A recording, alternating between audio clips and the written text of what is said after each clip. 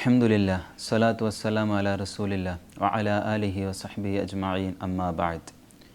اللہ تعالیٰ قرآن پاک میں ارشاد فرماتے ہیں وما ارسلناک الا رحمۃ للعالمین، یہ نبی ہم نے آپ صلی اللہ علیہ وسلم کو سارے جہانوں کے لیے رحمت بنا کر بھیجا ہے۔ اس سے صاف طور پر معلوم ہوتا ہے کہ آقا صلی اللہ علیہ وسلم کی بعثت و نبوت، آپ صلی اللہ علیہ وسلم کی انسانی عالم میں تشریف لانا سب باعث رحمت ہے۔ آپ صلی اللہ علیہ وسلم کو صرف انسانی عالم کے لیے نہیں بلکہ اس دنیا کے لیے اور اس دنیا کے لیے بھی، چاہے وہ انسان ہو یا جانور، چاہے وہ مسلمان ہو یا غیر مسلمان، آپ صلی اللہ علیہ وسلم کو سبھی کے لیے رحمت بنا کر اللہ تعالیٰ نے اس عالم میں بھیجا۔ آقا صلی اللہ علیہ وسلم کو پورے جہان میں کسی بھی عالم کو چن سکتے تھے، کسی بھی عالم میں تشریف لے جا سکتے تھے۔ یہ ان کی مہربانی و مدد ہے کہ آپ صلی اللہ علیہ وسلم کو ہمارا عالم پسند آیا اور ہمارے عالم میں تشریف لائے۔ شاعر فرماتے ہیں رحمت للعالمین، کسی بھی عالم میں رہ جاتے، رحمت للعالمین آپ سب کے لیے رحمت ہے۔ کسی بھی عالم میں رہ جاتے، یہ ان کی مہربانی ہے کہ یہ عالم پسند آیا۔ جی آقا صلی اللہ علیہ وسلم، میں نے کہا کہ آقا صلی اللہ علیہ وسلم سب کے لیے رحمت ہے، چاہے وہ انسان ہو یا جانور، چاہے وہ پیڑ ہو یا پودے، چاہے مسلمان ہو یا غیر مسلمان۔ اس واقعے کو ایک اظہار کرتے ہوئے میں ایک واقعہ آپ کے سامنے رکھنا چاہتا ہوں۔ ایک مرتبہ آقا صلی اللہ علیہ وسلم جوار مدینہ کے ایک باغ میں تشریف لائے۔ اس باغ کا مالک غیر موجود تھا اور اس کا اونٹ بندھا ہوا تھا۔ آقا صلی اللہ علیہ وسلم اس اونٹ کے قریب گئے۔ اونٹ کے پاس پہنچتے ہی اونٹ نے آپ صلی اللہ علیہ وسلم کو دیکھ کر اپنا سر جھکایا اور اپنے زبان میں آقا صلی اللہ علیہ وسلم سے کچھ کہنے لگا۔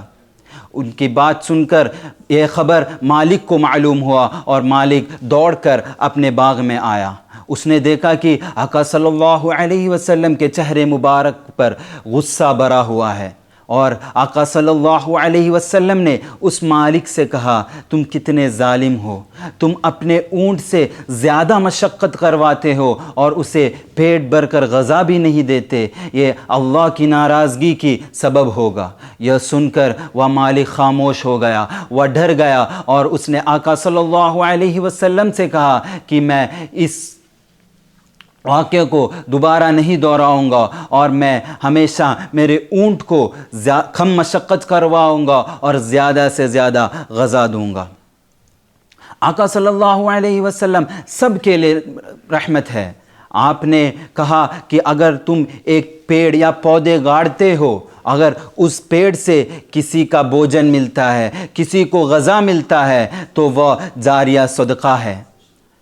آقا صلی اللہ علیہ وسلم کی تعریف میں اور ایک واقعہ کہنا چاہتا ہوں کہ ایک مرتبہ ایک چھوٹے سے بچے نے اپنے ماں کے پھٹے لباس کے کارن پورے گاؤں میں دوڑ لگا رہا ہے اور سب سے پوچھ رہا ہے کہ میری ماں غیر لباس ہے، میرے ماں کی لباس پھٹنے کے کارن میرے ماں کے جسم باہر دکھ رہا ہے، اس لیے کیا کوئی میرے ماں کو ایک لباس دے سکتا ہے؟ پر سب نے منع کر دیا اور اسے خاموش لوٹا دیا۔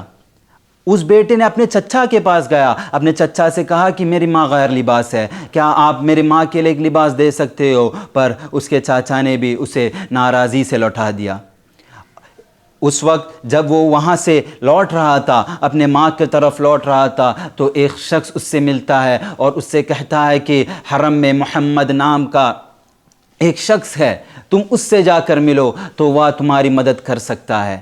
اور اس نے یہ واقعہ اپنے ماں سے کہا اور اس کے ماں نے کہا نہیں تم وہاں نہیں جاؤ، کیونکہ وہ محمد ایک جادوگر ہے، وہ اپنے جادو سے اپنے مذہب میں لوگوں کو کھینچ رہا ہے، اپنے مذہب لوگوں سے قبول کروا رہا ہے۔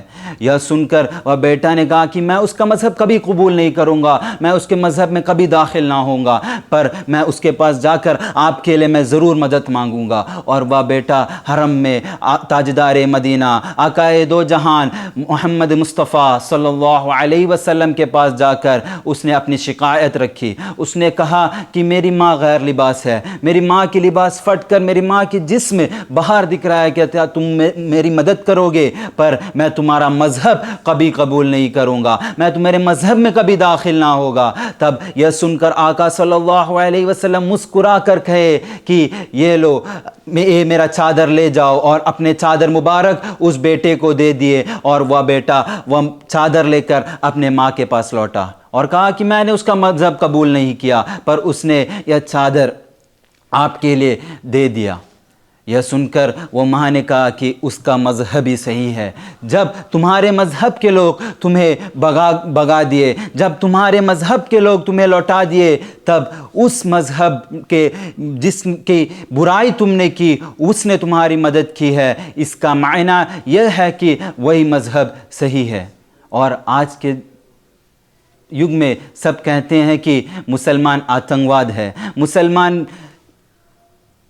یہاں پر خوف پھیلا رہا ہے, مسلمان کے لوگ سب دوسرے مذہب کے لوگوں کو مار رہا ہے. یہ سراسر غلط ہے. آقا صلی اللہ علیہ وسلم نے جو ہمیں سکھایا, جو اپنے امت کو سکھایا, اگر کسی نے اس کے صحیح طور پر چلا تو وہ کبھی دوسرے مذہب کے لوگوں کو تنگ نہیں کرے گا, وہ کبھی دوسرے مذہب کے لوگوں کو کبھی خوف نہ پہنچائے گا, کبھی دوسرے مذہب کے لوگوں کے اوپر ظلم نہ کرے گا.